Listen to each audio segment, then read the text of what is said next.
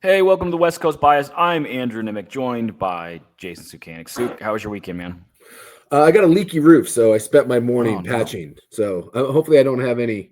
I had some tar all over my face. Getting tar on your hands and face is not the funnest stuff to get off. I felt like a little duck. I spent the last 45 minutes just like with the dawn scrubbing everything. So it's nothing worse than when your roof starts leaking in the middle of a atmospheric river. So Yeah, not great.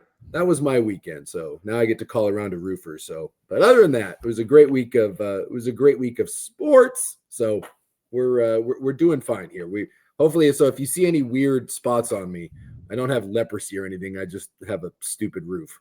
Speaking of having spots on you, I have stomach ulcers. Oh, congrats! Well, you worry too much, anyways. That's So, should we just do the don't not worry great. thing? Isn't that what you tell people when they have ulcers? Don't worry about it. You'll be fine. Yeah, I'm in that wheelhouse. So it's bread and bone broth and tea, no coffee, the whole thing. It's been See, going for a all of a while. sudden Not my great. tar fingers aren't so bad.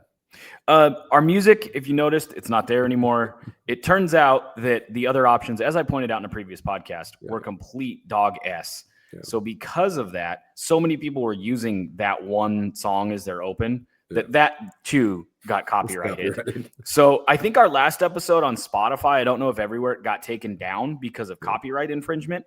We were in the clear. We for yeah, sure were cleared on that, except someone decided, hey, I'm all over the yeah. place with this.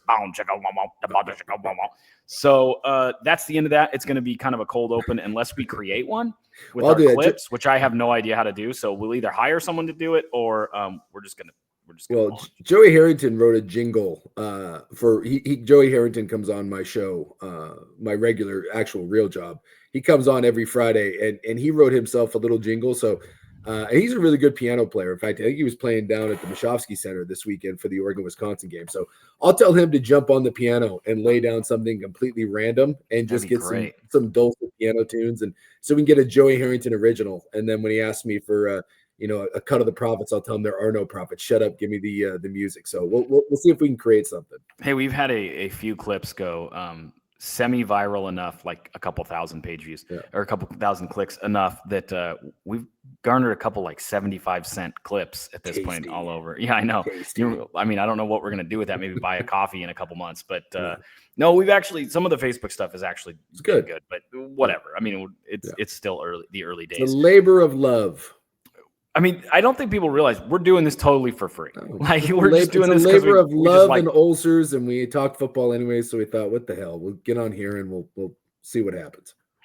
Let's start with Washington this week because Yeah, their game was far bigger. It was far more important sure. in the spectrum of their season. This Illinois team, I saw him play Oregon last year. I mean, I've seen him multiple times, but I saw him play Oregon last year, and I had the same takeaway I had last year when I watched them now this year against Washington. They are like a B and unspectacular in every single category. Yeah, If you look at their roster, you're like, no one on this roster is good enough to play for a really, really good, like a national title team, mhm, but everyone's good enough to be on the two deep for a good team. Like they're a yeah, solid B everywhere. They're the yeah. weirdest. There's no matchup that scares you. I don't know how they lost to USC.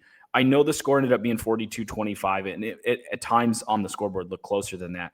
It never felt that close to me. Washington, they got their left side of their O line back. They came back. They were able to run the ball. Yeah. Damon Williams looked nothing like the quarterback he looked like against Michigan. He looked back.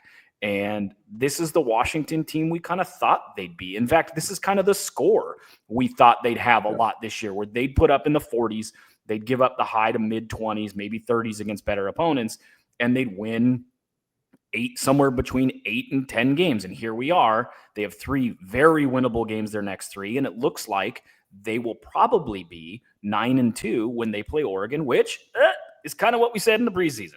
Yeah, I mean, I've heard from I love people that nitpick takes, right? It's like you stand here at the start of the season and you say, "Hey, this is what I think can happen," and then when it doesn't, you get some dip ass that loves to come at you. I thought you said this UW team was good.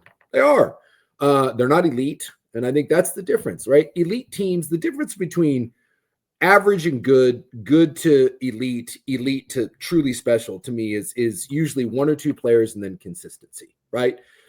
Like when you look at the teams that we consider national title contending teams, so either elite or if you're going to be an all-timer team, 2001 Miami or something. it really comes down to there's usually one or two players that team has that no one else has. Truly difference makers, whether that's Reggie Bush or Marcus or whatever, that are true difference makers the other squad doesn't have. And then the other one is depth and consistency, right? Depth and consistency are what prevent weird kind of laying an egg sort of games. Where you don't show up. And we knew that UW wasn't going to have depth and they probably weren't going to have consistency, which is why we said all along, we thought they were going to be a really good team and the highs were going to be high and the low is going to be low. And so the fact that there is a clear path going forward here for Washington to be 9-2, anyone that was either, that was nitpicking Washington and saying that they were all hype or that this or that, no, this is kind of what we thought from Washington. Now, they've got there a little different way. I think the defense has been more consistent than the offense. Oh, for sure. Yeah. And that's just not something that I thought. I thought this would, like you said, I thought these 42-25 games were going to be the norm. I thought this was going to be the score when they played Ohio State or, games like that. But you look at the two games that they've lost, the defense has held them in those games to one-score games in the fourth quarter, and it's the offense that hasn't shown up. And I think that Jed Fish has had some weird play calls at times and weird structure and fallen in love with Damon Williams. Damon Williams certainly has had growing pains. And by the way, I think he started like 9 games in his college career. He's basically a freshman. Yeah, there's going to be some of those weird games. But I think you've seen at times what Washington's capable of when they put it all together. And I thought this was by far their most complete game. Defense played great in the second half. The offense was good the entire time.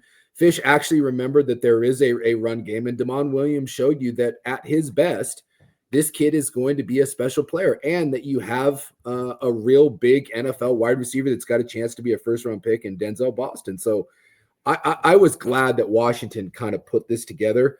It still feels weird to me. I still don't feel like Washington has fully embraced Jed Fish. And I know we'll talk about the coaching cycle here coming up, and Fish's name does get brought up. I don't know a single UW fan that would really care if Jed Fish was the guy to leave, as long as it wasn't at the very end and you got caught holding the bag again. He still doesn't feel like a great fit at Washington. I still don't feel like he or that university has embraced each other. But it's year 2, and like you said, this is going to be, I believe, minus some sort of just giant laying egg, which could happen because, again, this is a young team that's inconsistent.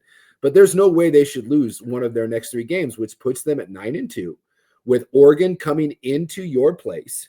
And let's be fair, Oregon has had some games here that don't necessarily look like national championship games. So I still think Oregon is a much better football team.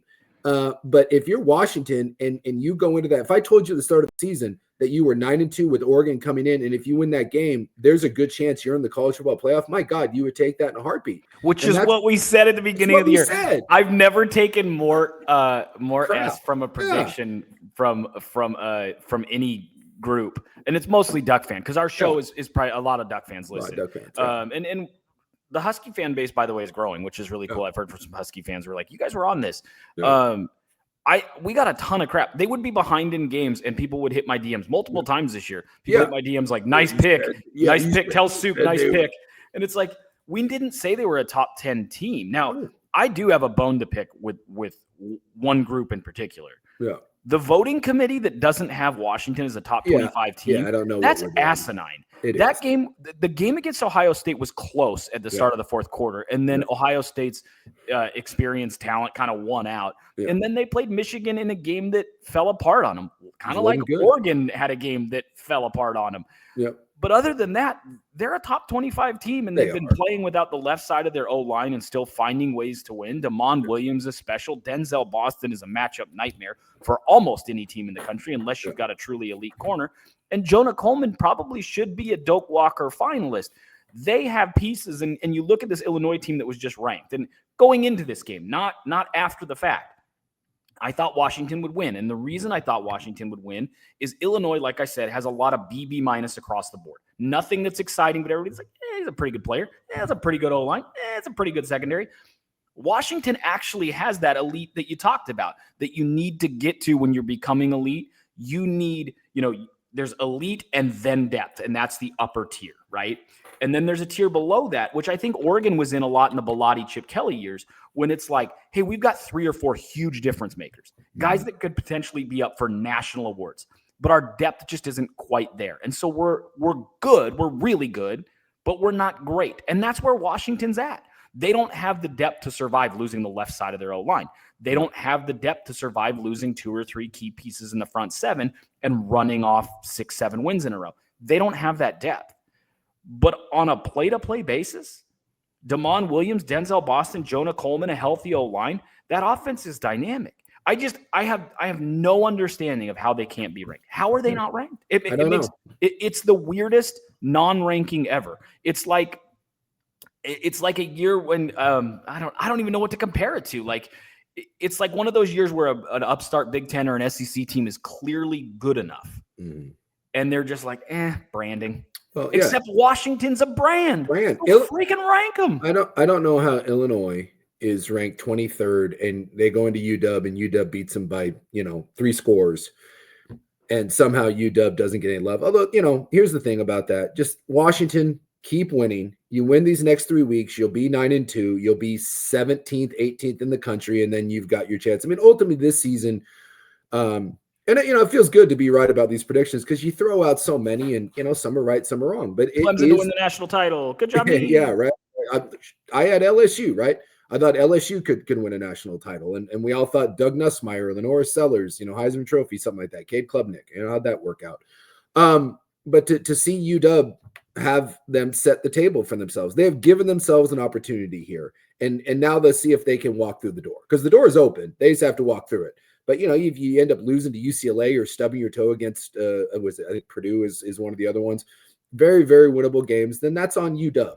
But Washington has put themselves, and the other one is health. They've put themselves in a good position. But you mentioned it, Carver Willis and John Mills being back, their left side of the line. And remember, too, their backup left tackle when Willis went out also got hurt. And he was the starter last year on one of the worst offensive lines I've ever seen. So they were actually playing with their third left string tackle at Michigan when that thing fell apart. So you're playing with a backup guard, third string left tackle. I mean, it's just nightmare fuel. Like you said, they can't weather that. But if Mills and Willis are back and those guys can stay healthy, and I'm telling you, the UW defense, Manu, the linebacker that came over from Arizona that's finally healthy, is playing well. Alex McLaughlin is a all Big Ten type of player. He might be their best defensive player that no one's talking about. He's been great in their secondary. Takario Davis had a big interception off a tip pass. They're starting, and Price Hawk, it's a big, rugged secondary. Mm-hmm. This team can play with people. I'm telling you. Ohio State, if Ohio State's the best team in the country with basically no offense to speak of, the UW defense held Ohio State. I think 17 points, 13 points going into the fourth quarter, something like that. It was not in the teens, yeah. It's not a bad defense. No, it's not.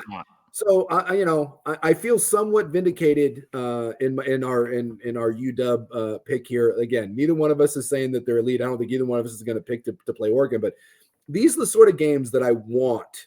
I need USC and I need UW to be good, because if we're going to play the old Big Ten West, we need to get some intrigue out of here. And I don't know if USC is going to hold up their end of the bargain. They still have a chance, but I just want to see meaningful games in November for our former Pac-12 schools. And how awesome would it be if Oregon and Washington were playing in Seattle, that heated rivalry with a chance to one or both of you end up going to the college football playoff for some Big Ten championship implications, although that's probably going to be Indiana, Ohio State. But I just think that would be absolutely awesome. So I hope UW can hold up their end of the bargain.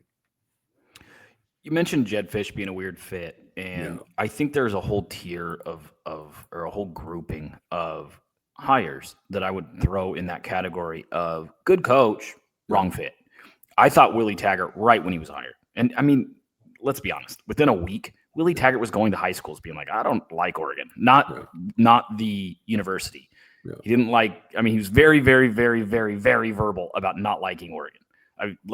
Within a week, trust me, multiple sources on that. He was like, I don't like it here. He didn't not like the university. He didn't like Oregon. Brian Kelly at LSU, he had that fake accent twang on family right away. Just a bad fit. Jedd Fisch at Washington kind of has the stink of that, doesn't it? Where it's like, good coach. Yeah. You can kind of tell he's not going to stay. I'm not sure this is a good fit. You had a bullet wound because you lost everybody and your coaching staff. And so he was a Band-Aid on the bullet wound, and you bounced back and had a pretty good year so far this year. And again, this is a really good year. He's done a good job through 2 seasons. Yeah. He weathered the storm last year. This team is again, I think, going to be 9-2 playing Oregon. And they're going to be the underdog. They could win it. It's at their place. They've got a dynamic offense. Oregon sometimes looks shaky. We'll get to that. They could. I think Oregon's favored pretty handily, but again, they could win it, like 10% chance. I just put Jedd Fisch in the category of like not quite the right fit. And it's really interesting the way that's played out, because I don't think Washington fans going to care at all if he leaves, but I think Washington's going to be really upset if he takes Damon Williams with him, because I think everybody's right in Seattle who's kind of like, hey, if this kid figures out how to play under structure, just the way he plays puts up the type of numbers, and some of the opponents they play in the Big Ten, he can put up numbers to kind of have some dark horse Heisman buzz next year. He can. He's that good. And he puts up those kinds of numbers. I don't think Jedd Fisch leaving is going to be a problem for a Washington fan. Who he takes with him might make him public enemy number 1 for a very, very long time. And the thing that helped Mario, that everybody gave a pass to Mario, Oregon was able to pivot to Lanning, and it all worked out. And we're bygones. It's bygones as long as you get the right guy, right? Because if you don't, it's like Oregon State with Jonathan Smith. Well, and that's why I said he left for a big job, and everybody hates his guts. And it's like, he had to. They had no funding. You see how big of a mess the athletic department is, and their collective is. They have no general manager. An Oregon State fan is like, we hate him. Well, it's because you didn't get the second coach right. Mario Cristobal did the same thing to Oregon, and Oregon's like, it's cool. I don't want Miami to like win a national title with him or anything, but I'm fine with them being 9-3, 10-2, whatever. Well, it's a timing thing too, right? You can't get caught with your pants down. If Fisch is going to leave, and I would hope that UW is having serious conversations with Jedd Fisch and just like, hey man, just put it on the table, right? If this ain't for you and you are really looking other places, by God, let us know. And even if he says yes, if you're the AD at UW, you have to already be compiling your short list. I just don't. Like I said, from what I hear and the vibe I get, that just doesn't seem. It's not a bad marriage, but like you said, I don't think either party really is truly in love with the other one. It's Brian Kelly at LSU, and I think you don't fit. And I think both of them have a wandering eye. I think Jedd Fisch has a wandering eye. He always has. And if you're UW, you should have a wandering eye. If you're the University of Washington, you should be putting out feelers for who you think can be your next coach. The problem is right now is in this hiring cycle, UW is probably 5th down the road. I mean, this is, there's a lot of good jobs. And I think UW's a good job, but it's not, it's not LSU. It's not Florida. It's not Penn State. I mean, there's good jobs. Some hammer jobs. I think it's better than Virginia Tech. It's certainly better than Stanford. Those are 5 and 7, I think, respectively. On I think Bleacher Report did a list of best jobs. So yeah, Washington slates in right at 5, I think. Yeah, because it's better than Oklahoma State too. I think it's better than Oklahoma State. I think it's better than Arkansas. I think it's a good job. So I think it's somewhere in that 4 to 5 range. Some people may say the SEC, but I think UW is still a good job. So to me, it comes down to timing. Don't get caught with your pants down, the Kalen DeBoer thing, and then having to scramble to hold together a recruiting class. So it'll be interesting to see, especially my God, you imagine if Fisch ends up, let's say in a weird world, right? They're 9-2, they go in Oregon, they beat Oregon, and then 3 days later we find out that Jedd Fisch is leaving to take the Florida job. Oh my God, like you want to talk about being left at the altar twice, which would really piss some people off. Yeah, I give you that one. Now, if they lose 2 more games and Fisch ends up leaving, it's like whatever. So long way to go, but and maybe we're completely wrong. Maybe Fisch is happy at UW and he loves that his family doesn't live there, and his wife is an influencer posting crap down in Arizona talking about how when she's in the Northwest she needs vitamin shots because there's no sunshine. It's just weird. The whole damn thing's weird. So we'll see how this plays out and worry about what you can do on the field, because UW's got a chance to put together a nice second year under Jedd Fisch, and I don't want to taint it with all this other off-field crap. Well, we'll get to some more college football coaching carousel stuff in the second part of the show, but I do want to pivot to Oregon. 21-7 ho-hum game against Wisconsin. I don't I don't love this journey for us. In terms of the way we're going to talk about this game, this was gross. The weather was gross. The uniforms weren't my favorite. They weren't gross, but they're not my favorite. Everything about this was pretty gross. I think Jordan Davison is proving that he's more, and has proven now the last couple games, that he's more than just that goal line back. That 1-2 punch of De'Aaron Hill and Jordan Davison is going to be special. It seems like Jordan Davison has now taken the fight of lead running back from De'Aaron Hill for sure. After that Penn State game, everybody's like, De'Aaron Hill's the next coming. Now it's Jordan Davison. Here's the thing. Depending on matchup, depending on the way they want to play, one of those two guys seems poised to shine, right? Like, I mean, they're both really good. They're going to be rotated in and out depending on situation. We said De'Aaron Hill probably can't be that 20 carry, even 15 to 20 touch back week in, week out in the Big Ten yet. His body's just probably not ready. As this season has progressed, you've seen him get less touches, and they're kind of scripting his touches. And Davison, who's that 225, 230-pound back, is taking the lion's share of the freshman carries. Noah Whittington, obviously, doing some work too. In general, Suke, are we concerned about Will Stein's offense? Is this a bad weather game? I do want to get into QB2 because I have questions. But what did you – It's pretty defensive about those questions, by the way. Like he doesn't like. Here's the thing, man. Lanning's kind of defensive about any question about what he's doing. I really like Lanning. I want to be very clear. I think Lanning's a really good dude. Yeah. Right. That's his whole right. Yeah. He says right after every third sentence. Right. So I feel like, and especially with that particular reporter, no shots fired at him. But he seems to be particularly agitated when that particular reporter asks him questions and kind of seems to question what he's doing with a 4-minute question. That bugs him. It miffs him. You can tell. You got to the 4-minute questions can be rough. I mean, look, again, not taking shots, but there's a lot of coaches that get annoyed at the 4-minute question. Like, are you asking a question or are you making a statement? Are you making a speech? So I am prone to this, and part of it is I'm a talker. But the other major thing is I interview high school kids. Yeah. And if you don't give high school kids like 3 options in a question, they'll give you, even if it's not an option, they'll give you a 1-word answer. So if you're like, do you consider Oregon your favorite, a serious contender, a team in the mix, or a team you're eliminating in your recruitment? Like, you can just say, how do you feel about Oregon in your recruitment? But if you do that, they go, good. Yeah. So I have learned from a decade of interviewing 15, 16, and 17-year-old kids, and you've had them in your living room as your children. You know exactly. If you give them just like a, how you doing? Okay. How was school? Good. That's what happens in my interviews. So I'm used to that. So I have some sympathy there. But yeah, Dan Lanning gets a little spicy if you question him. And that's part of the reason he likes Oregon, frankly. Who in the media at Oregon can really pushes with him?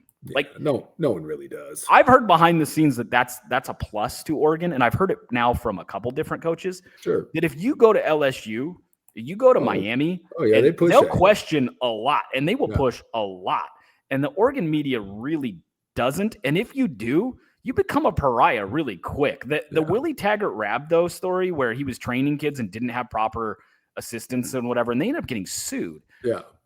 Andrew Greif wrote that story for the Oregonian. I chimed in on social and stuff that, hey, this is a big deal.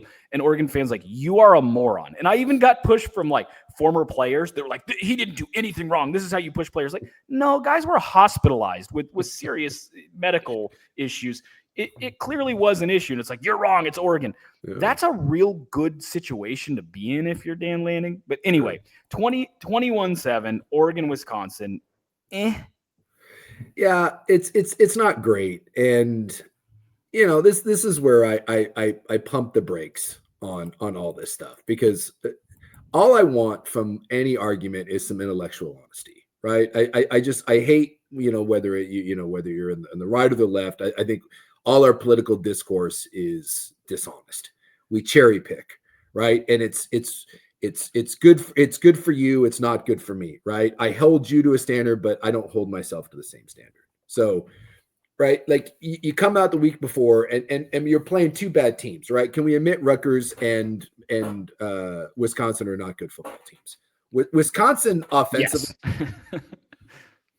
My God, like it's shocking how bad it is. So the week before, you're coming off that bad Indiana loss. And it's like, hey, what's Oregon going to look like? Well, Oregon comes out and absolutely throttles Rutgers. 56-10. They have like 4 guys average 12 yards a carry, and it looks like the greatest thing known to man. And then you get Wisconsin, which again, not a good football team, and it's 21-7. And now, I actually heard people, Duck fan, questioning Will Stein and what's wrong with this offense, and this is ridiculous. And, well, okay, so we've which one is it? The offense has looked great all year, with the exception of a game against Indiana, which they lead the nation in explosives. Yeah, they lead the nation in explosive plays. Like it's one of the best. I think it's 4th in the country in scoring, if I'm not mistaken. It's top 5. I haven't seen it since the Wisconsin game, so I'm not. It's really good. Yeah, maybe the Wisconsin game took it down. Going into the Wisconsin game, I think it was the 4th. I think it was the 4th leading scoring offense in the country.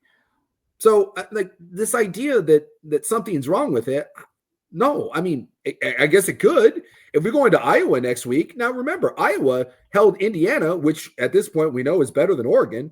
Iowa held Indiana to 20 points. Iowa's a good defensive football team. They can't score, but it's a good squad. And so maybe after next week, if Oregon puts up another 21-7, we're going to sit there and say, what's wrong with Oregon's offense?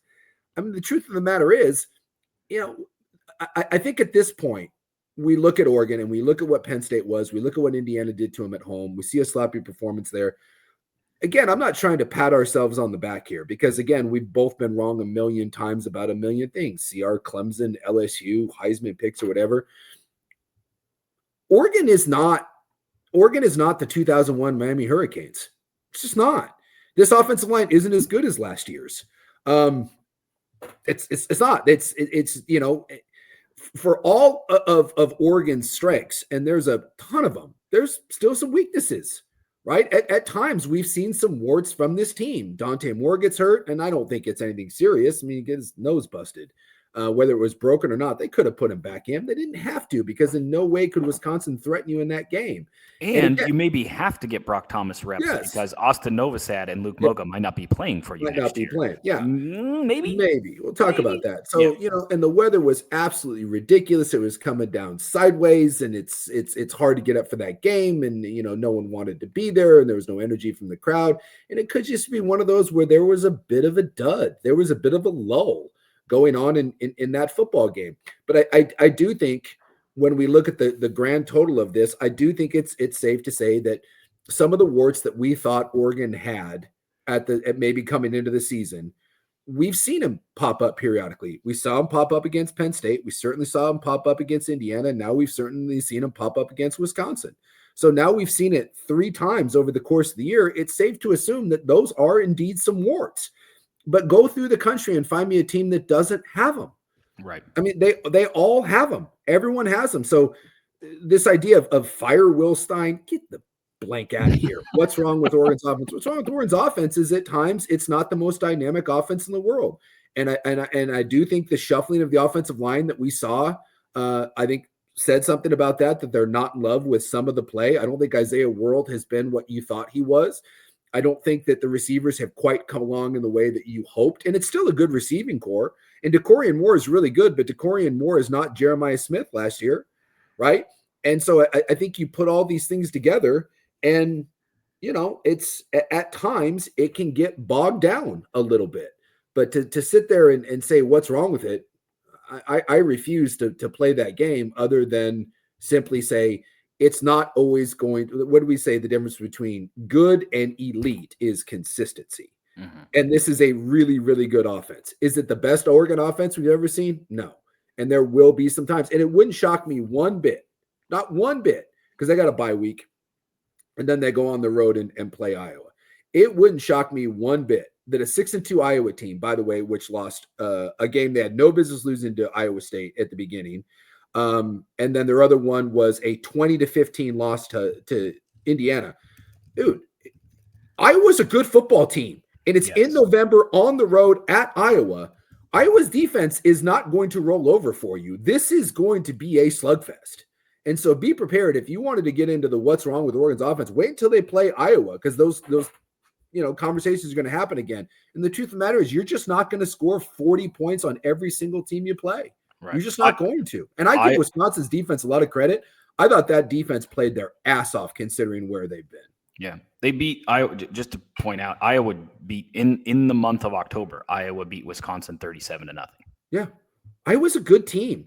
Iowa is one play, actually 2 plays. The Iowa State game was the second game of the year. I can't believe they lost that. And then the Indiana game, they're 2 plays away from being undefeated. And again, against that Indiana team, which last time I checked is a really, really good, consistent offense team, 20 points. They held Indiana to 20 points. Get ready. And Dan Lanning will know it. And you want to talk about him getting, a little pissy. I promise you going into that Iowa week, he's going to be a little defensive because people are going to be asking offensive questions. And when he looks at tape, he knows that he's got a real test on his hands when he plays Iowa. I think Oregon fan is a little bit over their skis with how good their team is.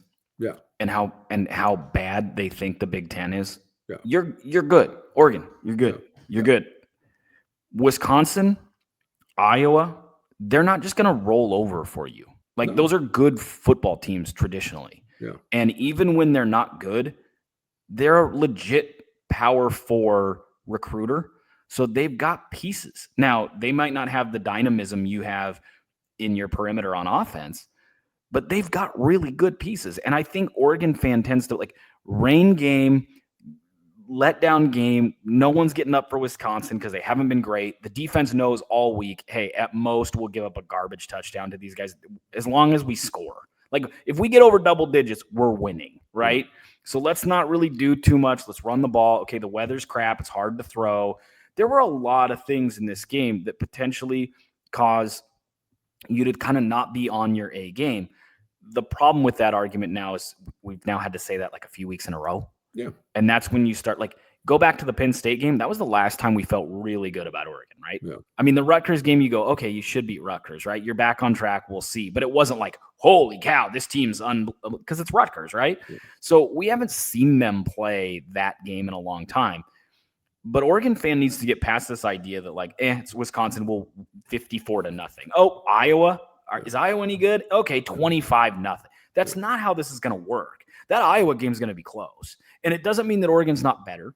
And it doesn't mean that Oregon's going to not be comfortable. Oregon might be up in that game, something like 24-20, and you feel good about it, or 28-17. And you're like, hey, this looks scary. And it's not really, because Iowa can't put up 2 scores in the last 6 minutes of this game. You're okay. Yeah. But it might be something like that. And that's okay. Because guess what? You're not in the Pac-12 anymore. Yeah. You're in the Big Ten. You play games every once in a while that are rock fights. And that 21-0 or that 21-7 score, it might as well have been 48-7.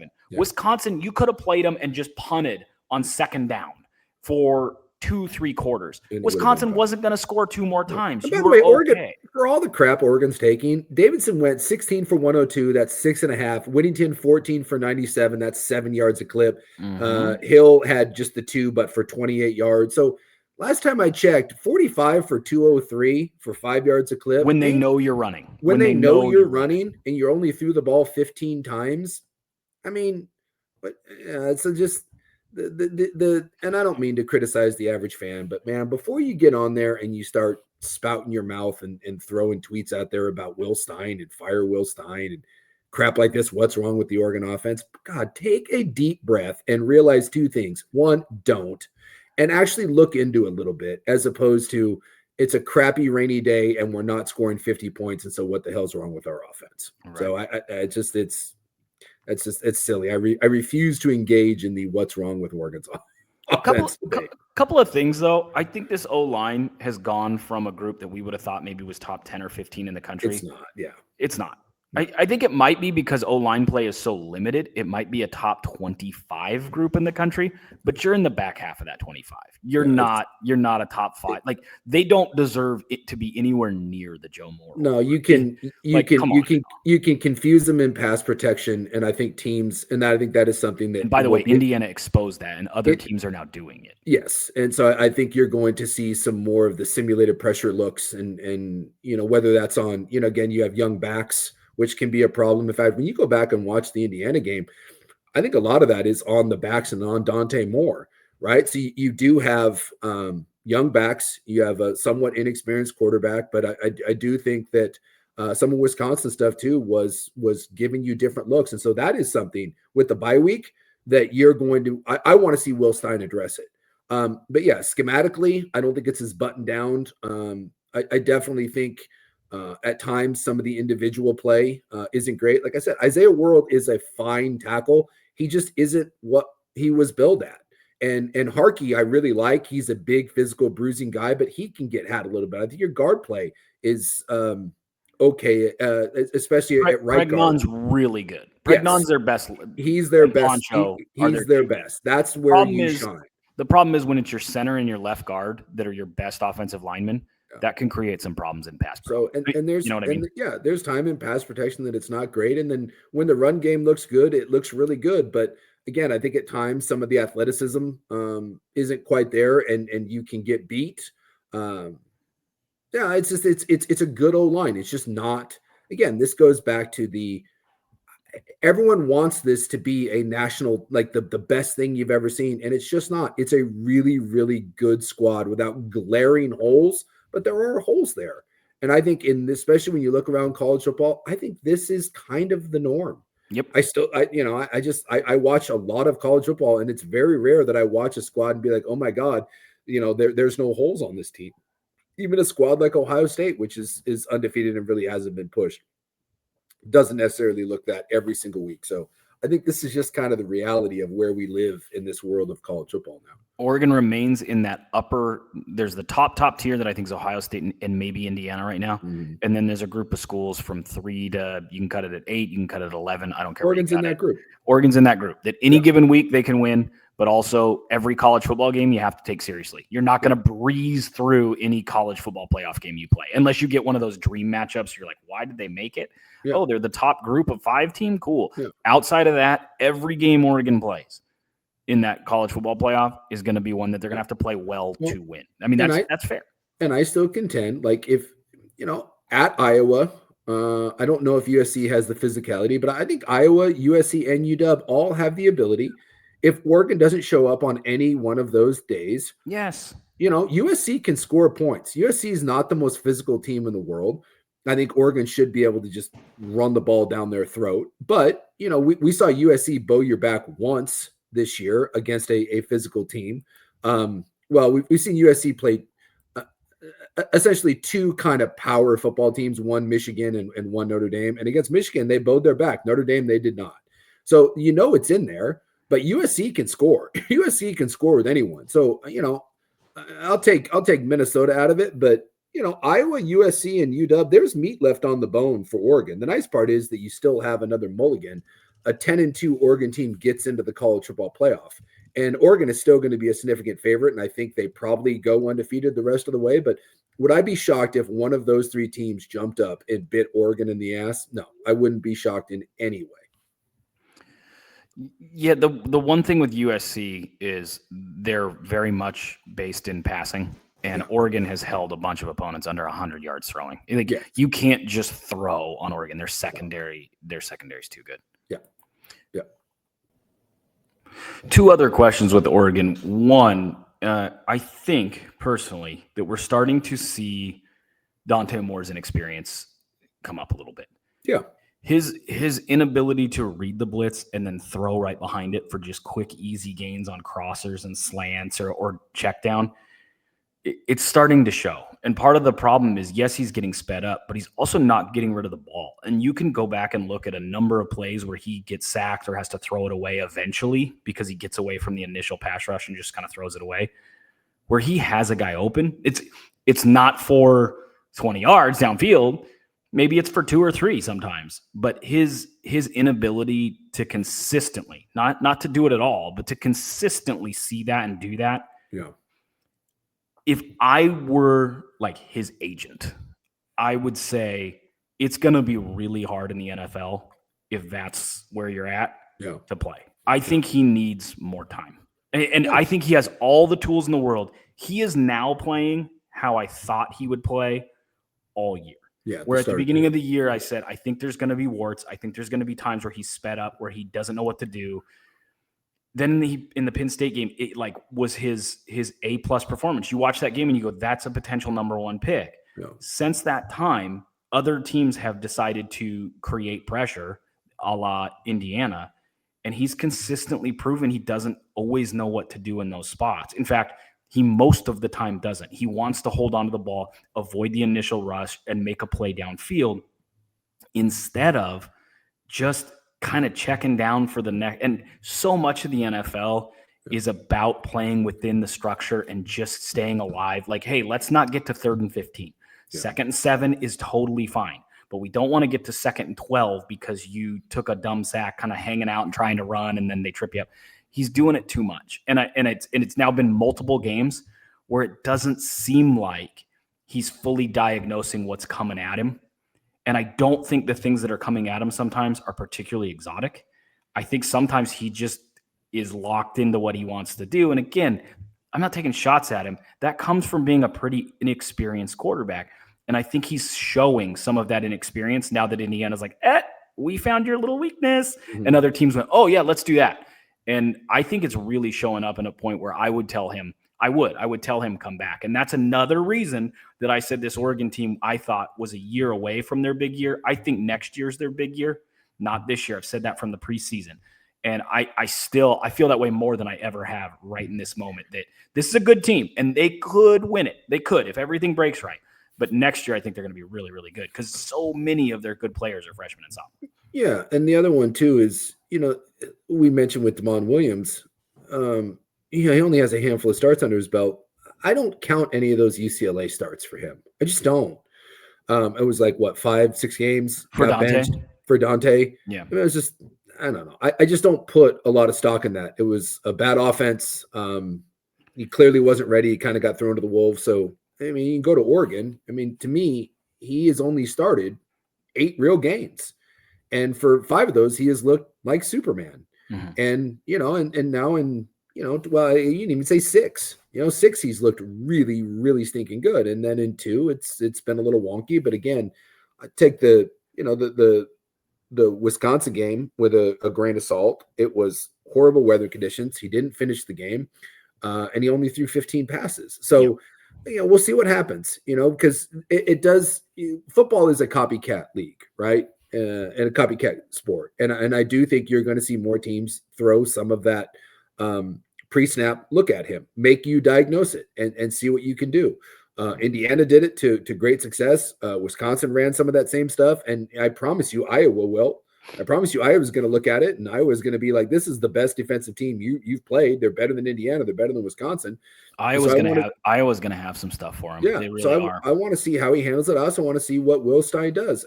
Part of this is as an offense, when you know that this maybe is an Achilles heel, or that maybe it's a situation, you've got 2 weeks now. Get some answers to the test. Yep. Right? If you know someone is going to be throw some different stuff at you, have some counters to it. The best way to run defenses out of exotic looks is just ram the ball down their throat.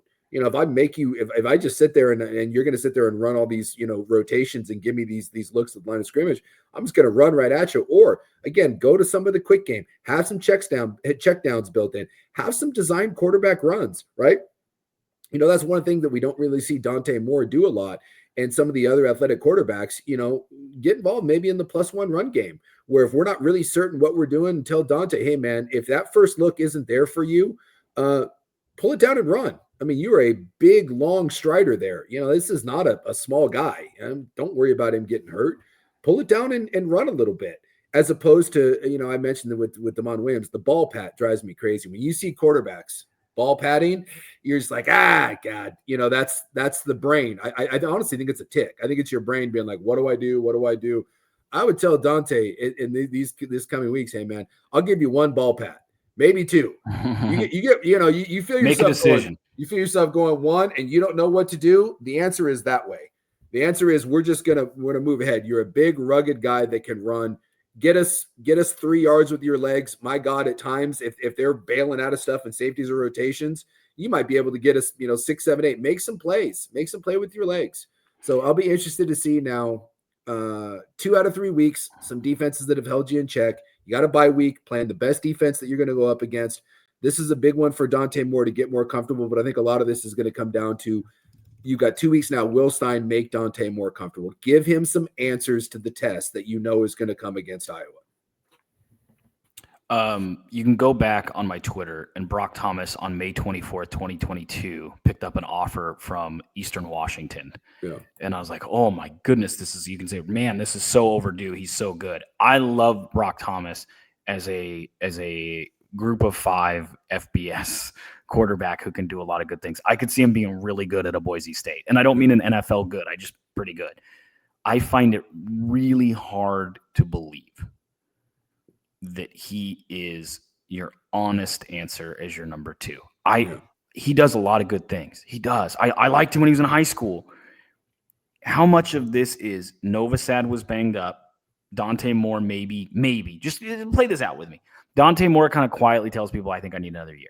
Yeah. Right. Behind the scenes. Not official. If I have a huge year and I'm a Heisman finalist in the end, then maybe, we'll talk about it. But probably I'm coming back.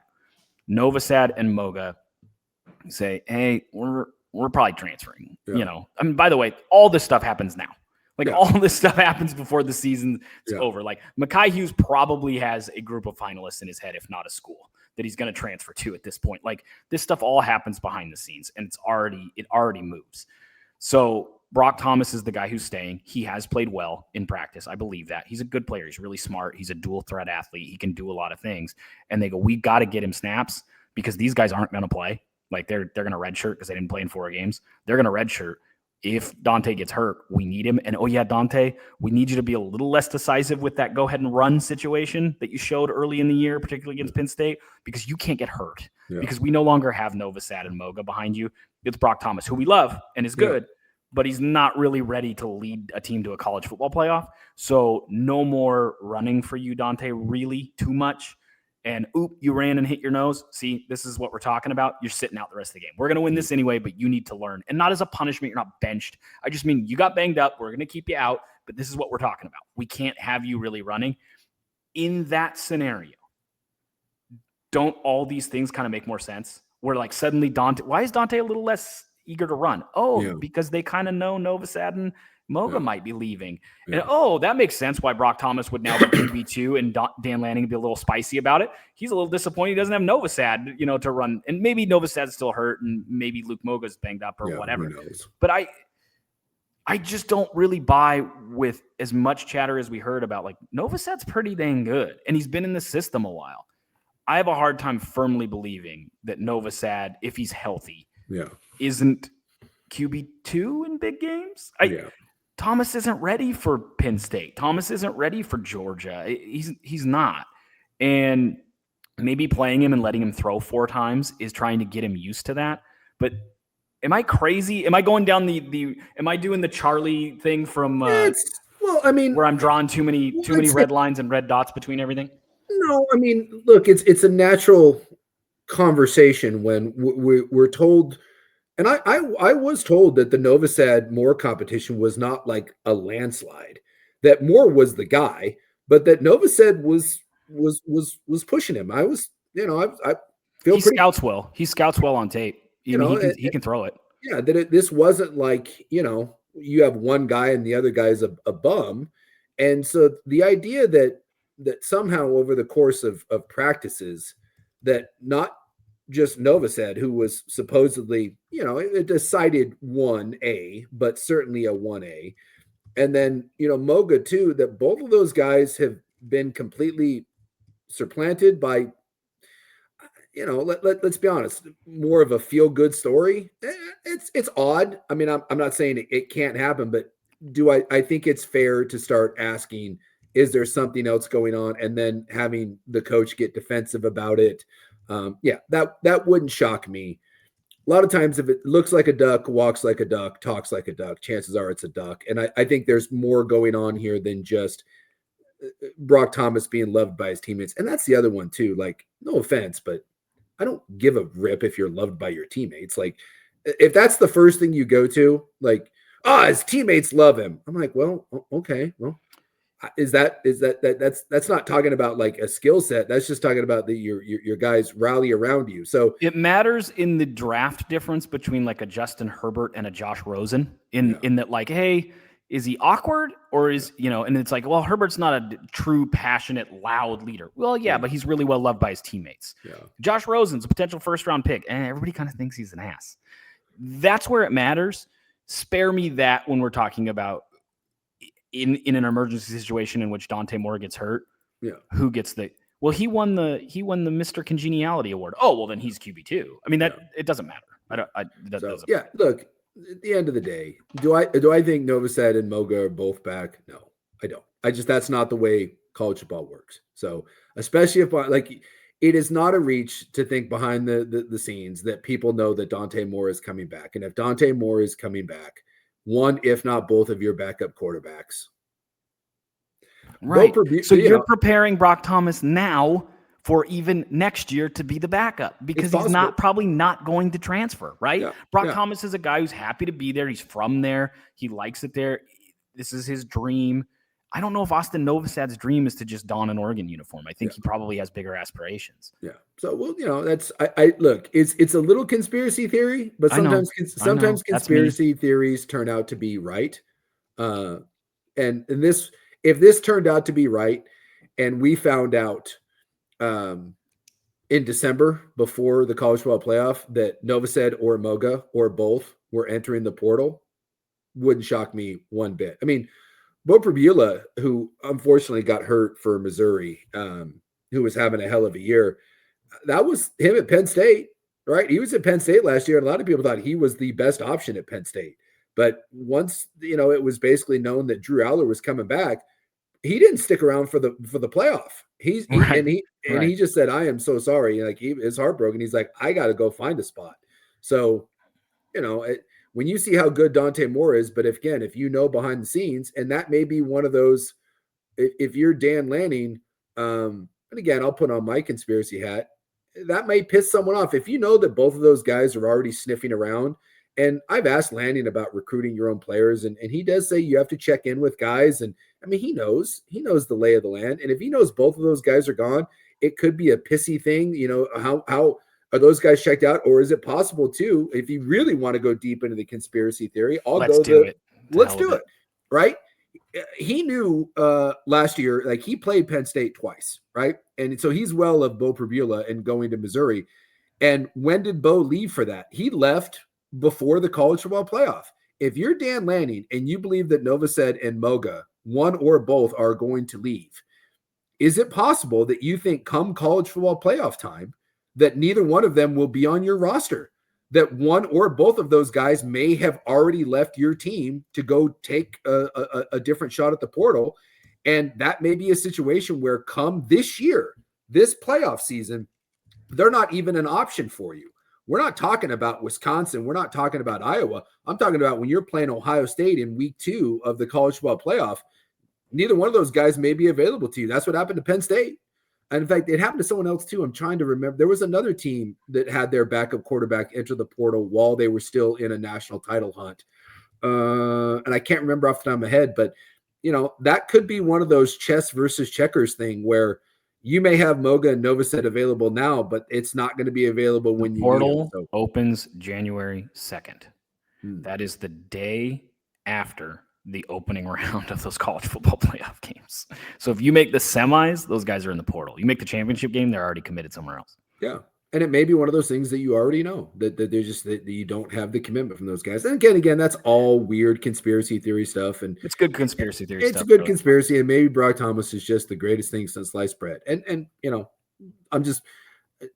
I don't think you're crazy for thinking that it's weird that I haven't seen many over the course of a season. I haven't seen a 4-string guy become the 2nd-string guy. That's what I'm saying. We listened all summer, all spring, and it was like, well, Moore and Novosad are both really, really good. And then it became like, well, Moore's going to potentially be a first-round pick. But Novosad's really, really good too. Yeah. Suddenly, and I know Novosad's banged up, but you can't tell me, like, Lanning, if Novosad were the true number 2, and it's like, hey, guys, as soon as Novosad's healthy, he's back to being number 2. You guys heard all spring and summer we sang his praises. He's been phenomenal. He's just a little banged up. He's not saying that. No. He's saying Brock Thomas won the job.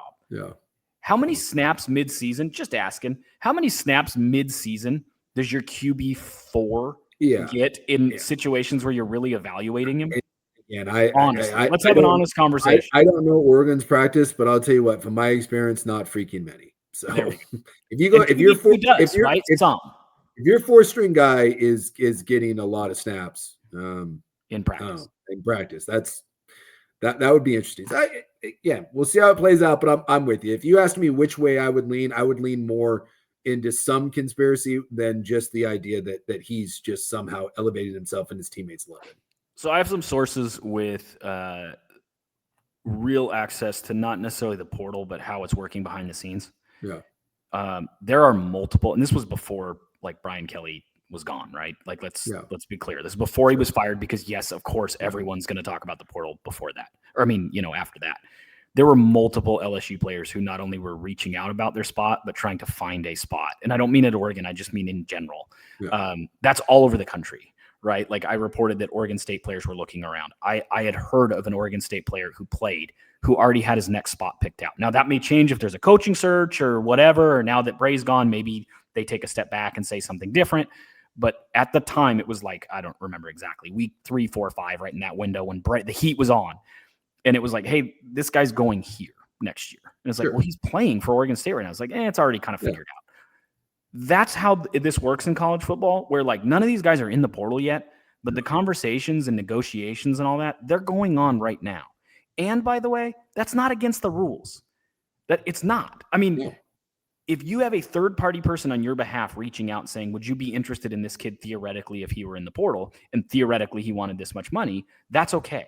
People talk about that being, what's the word? I'm just blanking on it. What they call it tampering. Tampering. It's only tampering if someone with the school reaches out and is like, hey, would you like to come here for this much money? That's tampering. Yeah. And so this whole thing when coaches come out and say, oh, they're tampering with our roster. BS, they're not. It's so easy. I had a coach from the Big Ten, a coach, reach out to me and say, hey, you're close with so-and-so. We can tell from your Twitter history that you've talked to this kid a lot. He was in college. Do you think you could reach out to him and see if he'd be interested in coming to the Big Ten for X amount of money? That happened like a few years ago. Sure. Like this is how this works. And it was middle of the season. It was like week 4 at that time. Like it was September, early October at that point. That's how this stuff works. So people need to understand that like this harebrained theory, and I don't have any inside information on that quarterback situation in Oregon. That's not what I'm saying. In general, these things get sorted way sooner than fans realize. Months sooner. Yeah. Like when the portal opens, some dudes have already agreed to go to their school for months, literally months. Yeah. So really important to understand that, because a lot of times people think, man, a lot gets done in the portal, or like the week before the portal opens, a lot's happening. A lot's happening right. That's like the NFL free agent crap. When the moment free agency hits, even before the tampering window, all those contracts are being signed literally like at 12:04. Mm-hmm. Yeah, those things have been done for weeks. So yeah, if you're a quarterback, you already know there's plenty of players across the country already know they ain't coming back. And an agent's job or a kid's job is like, hey, where do you want to be? I would like to be in the Power 4. Okay. Do you care regionally? I'd like to be in Texas or the South. Yeah. Great. Let me hit up Vanderbilt, Texas A&M, Rice, Houston, and we'll see where your market is among those schools. Perfect. It looks like you're a Power 4 kid. So let me try to see if Texas A&M is interested. Nope, they're not interested. Yeah, jobs get snapped up, man. There ain't many great landing spots necessarily for everybody. And so you got to strike while the iron's hot. I don't fault any kid. I know it's the only problem that I have with it is, and Lanny has talked about this, it sucks that free agency happens while the season's still going on. I wish it didn't, but that's just the reality of it. I don't fault any kid. You have 4 years to do this. You have 4 years to make money, and it may be the only time you make money playing this sport. And you have 4 years to put yourself in the best spot to try to go on and hopefully make real money in the NFL. And I don't fault any kid for looking for his best situation. I wish some kids would leave right away. I wish some kids would be willing to duke it out and fight. I do think there's something to that, to staying put and not, transferring, 3 times when it doesn't work out. but I just won't fault someone because I don't know.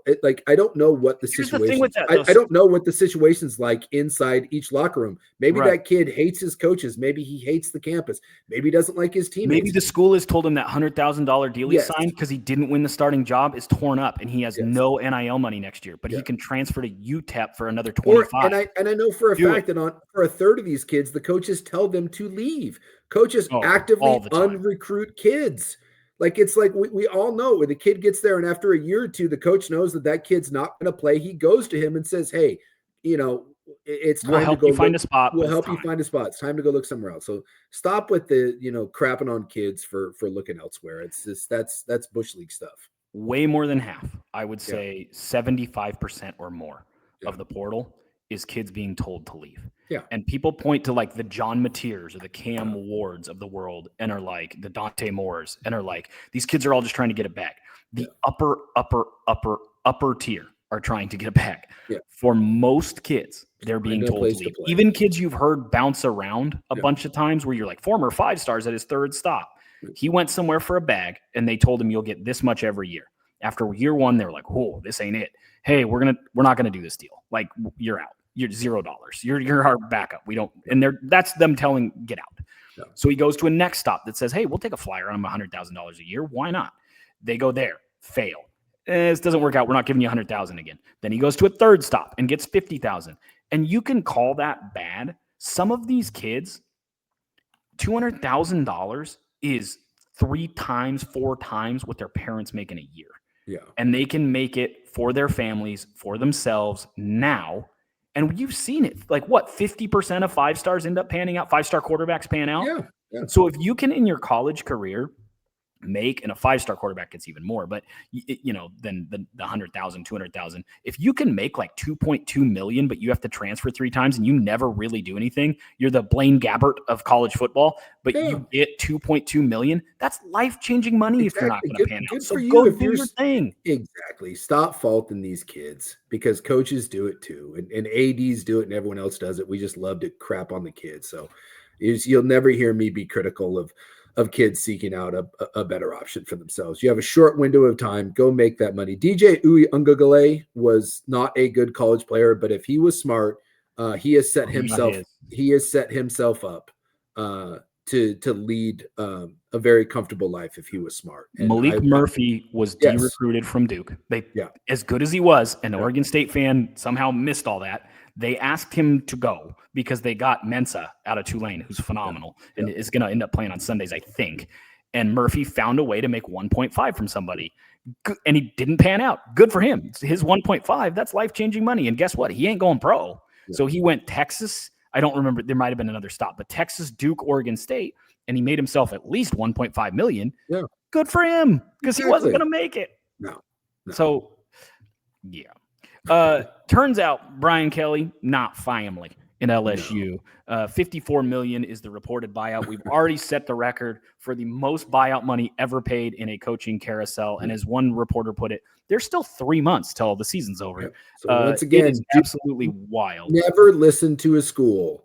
Never listen to anyone when they cry poor and say they can't pay players and woe is us, because we've had James Franklin, Jimbo Fisher, Brian Kelly, Billy Napier, you name it. I mean, every time we say that this guy can't be bought out because it's too much money, Lincoln Riley, he can't be bought out. Wait till they lose 3 more games and someone fires him and buys him out. There is no shortage of money in college football. Stop it. They're lying to you. They're lying to you. They're lying to you. Never listen to anyone cry poor. We're at a point now where like LSU and they're negotiating his buyout. So the number's 54. They'll negotiate it and figure it all out. But let's say it's at 54. We've seen crazier stuff. What was James Franklin's buyout? 70? I think James Franklin's was in the 50s as well. Jimbo Fisher's was in the 70, and Lincoln Riley's is rumored to be in the 90s. But yeah, I think Franklin's was in the mid 50s. Fisher's was the most expensive one. I think his was 70 plus. So we lose our minds and say these schools have infinite money, which they don't. Like people say Oregon has infinite money when they spend 15 to 30 million on their roster. And it's like, oh my God, this is excessive. This is nuts. But people are willing to pay 54 million to make a guy not coach. Yeah. Like Hey, listen, if you can raise the funds, and by the way, almost every school could, if they wanted to make 1 year a run, like if Oregon State went, screw it, we're going to fundraise like crazy. We're going to put together a $25 million roster and go for it for 1 year. We can't sustain it, but we'll go for it for 1 year and see. Teams just financially could physically do it. You'd have to move some stuff around. You'd gamble that team would pay off, but you could. These teams are giving away tens of millions to make guys not coach. Mm-hmm. Spare me the 5-star quarterback who's going to start and potentially win you a Davey O'Brien award, and you're like, $2 million? What a jerk. It's like, nah, you're paying 54. You can get 27 of him for the price of not coaching Brian Kelly. It's just nuts. This coaching carousel is going to be crazy. I think a lot of coaches are going to get raises out of it. Signetti was the first domino to fall on the raise category. I think Lanning could come back and ask for a little more again if he wants to. Especially if they win out, like if they're a 1-loss Oregon team by the end of the year, he'll have the opportunity to do that potentially. I think a lot of coaches are going to get raises, which again speaks to how much money these schools have. Oh, you need you want $10.2 million a year to coach here? Perfect. Fine. More power to you. What do you see for LSU, Florida, Penn State as reasonable options? It seems like the board starts with Lane Kiffin, and therefore Ole Miss would open up. But it does seem like that's the first domino to fall. And you've seen some reports that Lane Kiffin has 2 options for coaching next year, and neither of them are Ole Miss. You're like, oh, okay, he's leaving. Well, where do you see this going? And then we'll get into Oregon State, and we'll get out of here. Wait till Lane Kiffin, by the way, signs a lifetime contract at Ole Miss. And this is why schools can't help themselves. At 14.5 per. If Ole Miss, Lane Kiffin is the number 1 guy for Florida and for LSU. LSU is a top 3 job in the country. Florida is probably a top 6 or 7 job. So if Lane Kiffin wants either one of those jobs, they're his. How do you keep him? Here's a lifetime contract at 14 or 15 million. And then in 3 years, when Lane Kiffin isn't any good, now we're going to be like, oh my God, what do we do? We owe him $120 million buyout. By the way, Mike Norvell could be fired, so the Florida State job could open up. Also, he needs to be fired. And also, Sark apparently is sniffing around the NFL. That was a confirmed report. Sark's agent is telling people that he's interested in the NFL. You could have those 2 jobs that open up. So this thing is that Sark's agent looking for a raise, or who would honestly hire Sark as an NFL head coach? Beats me. Have you watched this Texas team this year? They're super talented. They play like ass. So strange. It's so weird. I don't know. Like I'm looking for a head coaching. I just got laid off at the Sporting News. I'm looking for a head coaching job in the NFL. What a weird situation down there at Texas. So I'm just telling you, it begins and ends with Lane Kiffin, right? If you're LSU, and LSU should be able to go get they'll go big name hunting, but we know Marcus Freeman has already said no. We know Dan Lanning's not picking up that phone. I think we are entering a weird world where a lot of these jobs, which we considered maybe 5-6 years ago that would have been no-brainers to leave for LSU, I don't think Oregon's coach is leaving. I don't think Notre Dame's coach is leaving. I don't think a lot of these coaches necessarily are think that LSU job is head and shoulders better. It wouldn't shock me if Lane Kiffin's like, you know what, I'm fine. As long as you have what it takes to win and you can use that to drive up your price and the price of your assistant coaches. So if it's not Lane Kiffin, I think John Summerall at Tulane is a name that people are talking about. That guy's great. Eli Drinkwitz is another one, which I'm not totally sold on, but he's solid.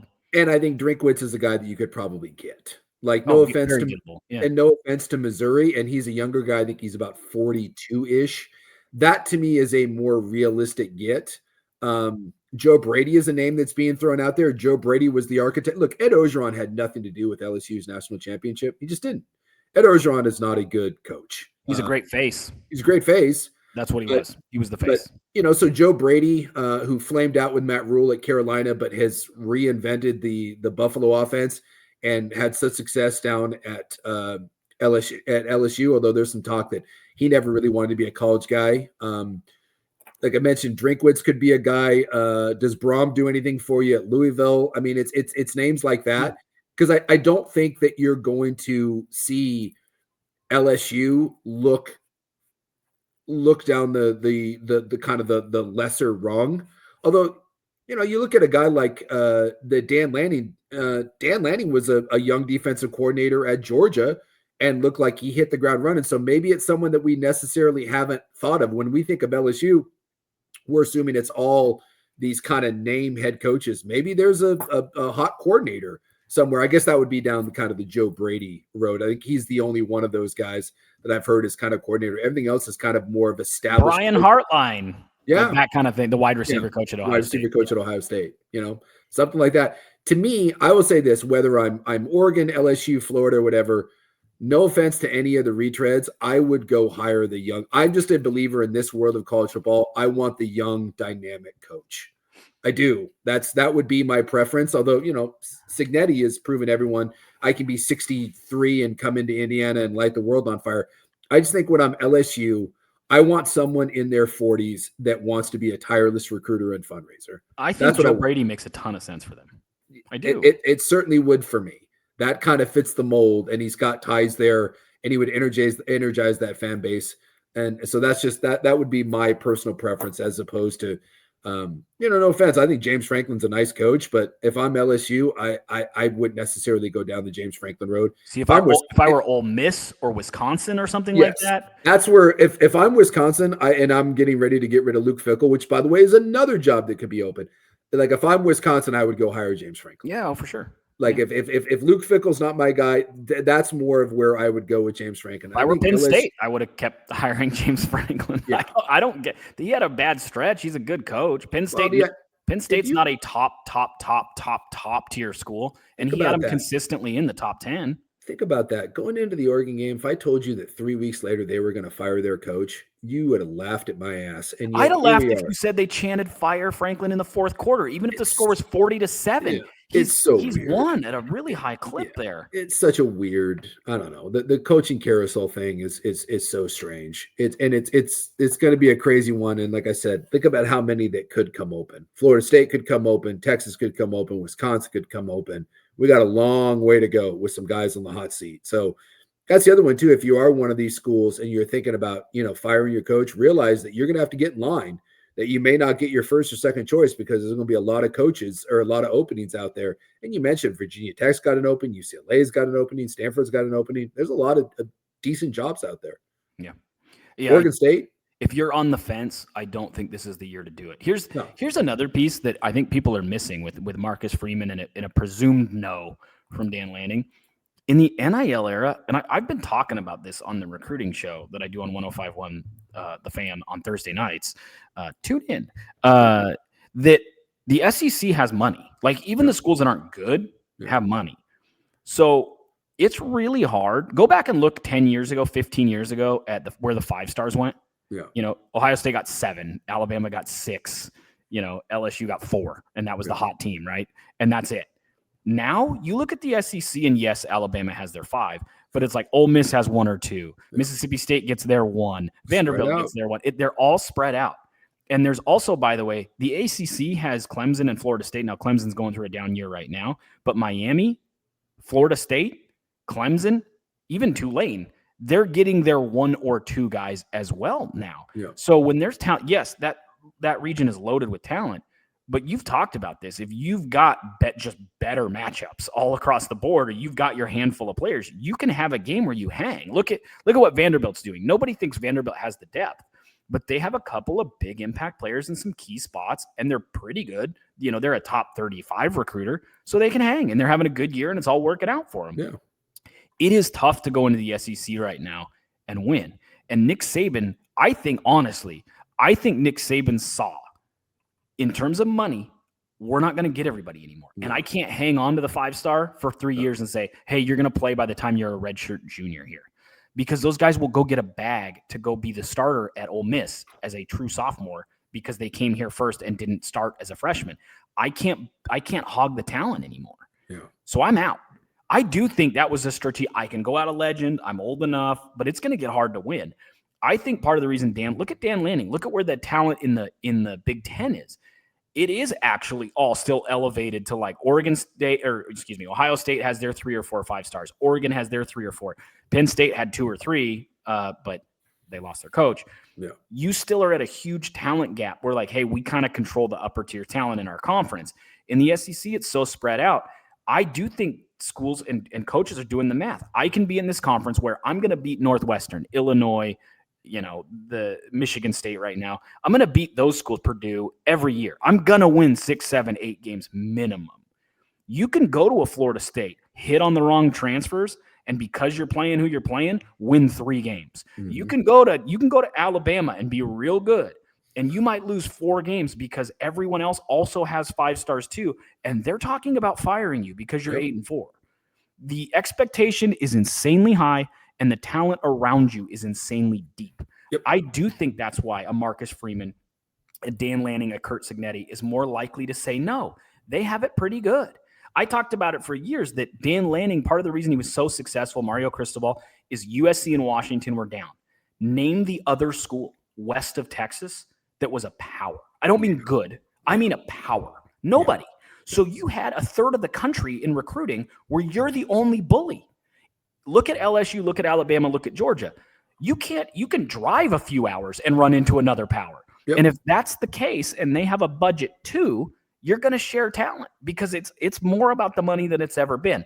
So I think these SEC schools are going to have a hard time. And I think part of the reason you're looking at Lane Kiffin and Eli Drinkwitz is they've already signed up for that challenge, right? We'll go to that mid to upper tier SEC school, and we'll go toe-to-toe with Alabama and try, even though we know we're at a disadvantage in terms of talent and budget. We're willing to do that. It's like, well, those guys have already signed up for it. I think it's going to be hard to convince a Dan Lanning or a Coach Freeman to go down there and go, hey, anything from 6-6 to undefeated's on the table here. But if you go 8-4, we're mad. And at Oregon, it's like, worst case, I'm going to go 9-3. We have a huge talent growth. Yeah, well, think about it. Like LSU, and look, Brian Kelly was a wash there. Who never was a fit. Plus, the dude's a douche. He's an asshole. He is. Brian Kelly, and we always forget him in the Dabo Sweeney. Who's the other coach we always talk about? They're just a jerk. Dabo Sweeney, and there's another one that we always talk about being just pains in the ass. He somehow slides by the wayside for us. Yeah. Brian Kelly's in the upper. He's the Mount Rushmore of asshole coaches. Let's take what you mentioned, Oregon, and we both really like Oregon. We cover them. Oregon's a good team. And I'm not saying like Clemson's having a horrible year. Obviously, Florida's having a horrible year. But you look at it from a talent standpoint, right? Most of the time, Oregon walks on the field to what you were pointing at. They have a giant talent gap over 90% of the teams that they're going to play. Yep. They had a giant talent gap over Indiana. Didn't work out for them. Indiana's a really well-coached team. But Ohio State, Michigan, Penn State, year to year are the only 3 schools that they play consistently that are going to have similar talent. And USC maybe if they put this together for 3 more years. If they played LSU's schedule, right, from a talent standpoint, Clemson, Florida, Ole Miss, Vanderbilt, Texas A&M, Alabama, Oklahoma, every one of those schools is somewhat at least close to you from a talent standpoint where those are going to be. You ain't lapping the field. Lapping the field. No, and that's just the reality of it. And I'm not saying the everyone needs to bow down to the SEC or anything like that, or that you give the SEC teams the great benefit of the doubt. But that's the reality of it. When you play in that league, and you can go team for team, you can go to those schedules and just look. Alabama. When they had to play Florida State, they have to play Georgia, they have to play Missouri, they have to play Tennessee, they have to play LSU, they have to play Oklahoma. Even a team like Auburn, which right now is having an awful year, Auburn might have the best DB in the country, right? Like that's the reality of it, is that even the teams that aren't good, Florida has no offense to speak of, but Florida can jump up with a defense and bite you in the ass in certain weeks. Look at the rankings right now. According to 24/7, South Carolina is 10th in the SEC in recruiting rankings. Yeah. They have 60% of their kids, of their commits, are 4-star or better. They have 1 4-star, 8 4-stars, 1 5-star. Auburn is 12th. Auburn is 12th. Yeah. 50% of their kids are blue chip recruits, 4-star or better. 1 5-star, 6 4-stars. Go look at the old Pac-12. 1 5-star and 6 4-stars was second, third consistently. I'll tell you what, I would gladly play in the Big Ten's pool for competition than I would go down and play in the SEC. And that's just the reality of it when I think about taking a job. Yeah. I'm looking very quickly and then we'll move on. I want to see where Auburn is nationally. They only have 14 pledges. Yeah. Well, because they may be the next one to fire their coach. It's but it's, all those schools have talent. They just do. Auburn is 32nd nationally in recruiting because they only have 14 kids, but they're 12th in the SEC. Yeah. Their whole top 10 is in the top 25 in recruiting rankings. That's just the reality of that's the world we're living in. Oregon State, very quickly, we'll get out of here. I haven't heard a lot of movement there. Dirt and Sprague talked about Ed Ogeron being the head coach. You want to talk about wrong fit or like? And I guess he's lobbying for it. They had a guy on. He needs to get back in coaching. That's where it is, and he sees desperation and he sees an opening, and I think that's reasonable. But I don't think that's the move. God, I hope it's. If they do, I'll kill him. What a. Do not do that. Do not hire Ed Ogeron. Stop it. Stop it. Stop it. Stop it. Stop. Do not hire someone that has failed multiple places. Don't. Go hire young, energetic, up and coming, that wants to work 20 hours a day, that wants to recruit his ass off, that brings a fun offense. Go do that. Kevin Cummings, the receiver coach at UW. I think that's a name that I think is getting kicked around up there, maybe kind of off the beaten path, like that. I would rather go down that road. Go find Kenny Dillingham. Go find someone who's 34 that after a big win storms the field with the students and that everyone freaking loves. Again, go find the guy at Sac State, the go-go offense. Go to Montana State. Go find someone that's competing for national titles there, that's in their 40s. Do not go down the boring retread. Don't consider Ed Ogeron. Don't go with someone that's who is it? Matt Wells, that needs a job. Stop trying to go find someone that desperately needs a job and that needs to be rehabbed. Don't do it. Go find someone that's excited that this is going to be their best job that they've got. Yeah, he's going to leave you in 4 years, and that's fine. He'll establish something there, and then you go hire his offensive coordinator. And you keep that chain moving. That's how you do it with the Boise States of the world. This is the reality in which you live in. And if you go hire someone with Oregon State ties, or go hire someone because they won a national title with Ed Ogeron, then you just, again, you have no sense of what you're doing with that program. If the best case and the worst case are the exact same length of time, you hired the wrong guy. Yes. If you hire Ed Ogeron and he does well, he's gone in a year or two. 100%. If he's what he could be on the disaster end, he's a bad fit, and he's gone in a year or two. Yeah. You get rid of him. Jerry Neuheisel, he's a bad hire. Probably you have him for 2 or 3 years. Yeah. Minimum. If he's a good hire, there's a chance he's gone in an even shorter amount of time. But that's a good problem to have because that means upside. Do you get what I'm saying? Like, you want to hire a guy who, on the bad side, the worst case is probably 3 or 4 years, and you go, okay, we can cut bait because he's not a super hot commodity and we took a chance. But that's still stability. Yeah. And on the high end, we lose him in a year or two because he's a superstar. That's the kind of hire you want to make. Not, hey, this could be a disaster and we're trying to get out of this in 2. And also, no one's going to want him after year 1 because he's a rehab guy. He has to show it multiple years. If the length on the high end and the length on the bad end are the same exact amount of time, and that's what your projection is for him, don't hire that guy. That's the wrong move. That's the way I'd frame it. I like where you're going with that. So I think we're on kind of the same page when we're talking about like kind of where to go and what we want to see here. Yeah, the Neuheisel thing, risky hire. I would rather risk Jerry Neuheisel, which is a complete unknown, rather than go with the retread and quote the safe. The time for safe is over. Let's be bold. Be bold. Make a statement. Take a swing. And if it flames out, man, at least you went down. At least you went down swinging. At least you went down with someone that's fun, that's going to get people excited. And you're going to get a good recruiting class out of it. Yeah. One last thing, and we'll get out. Bill Simmons always has the tier of Hall of Fame, the tier of MVP, where like the top guy can be top tier, like the very best Jordan year, right? He's top tier as the MVP. This year we give, and it's based on the size of the trophy. So you're tier 5, you get this massive Heisman. You're barely get it, and it's like the Mark Ingram year where he beat out Toby Gerhart. The Heisman should have been about this big because Gerhart should have got it. This feels like a tier 1 high. Like whoever wins it, it's like, well, we have to give this award annually. Do you think there's any scenario where we're at the end of the year going, that guy should have won the high? I don't see it. Maybe Mendoza, maybe if they go undefeated and beat Ohio State, then you talk about it. But even then, you might say that's a really good team. I don't know if he's the best player. this feels like a tier 1 Heisman year in the sense that it's the smallest little itty bitty trophy compared to Tim Tebow, who has a trophy the size of his living room. Yeah, I mean, no offense, but we've had Chris Winkie win a trophy. We've had Eric Crouch win a Heisman Trophy. It's not always, this great player. If Alabama runs the table, I could see Ty Simpson winning it, and he's fine. You mentioned who is it? Diego Pavia at Vanderbilt. I know he's a fun story for people. If he carries that would be like a Robert Griffin III sort of thing. He carries Vanderbilt to the doorstep of a college football playoff berth, something like that. But I'm with you. When I look through, let me say the best player in college football will not win the Heisman Trophy this year. No. Right? Let's say like Jeremiah Love it might be the best player in college football. Caleb Downs might be the best player in college Caleb football. Downs, and he's not going to win it. It's a weird year when you look up and down. If like I said, if Mendoza wins the award, cool.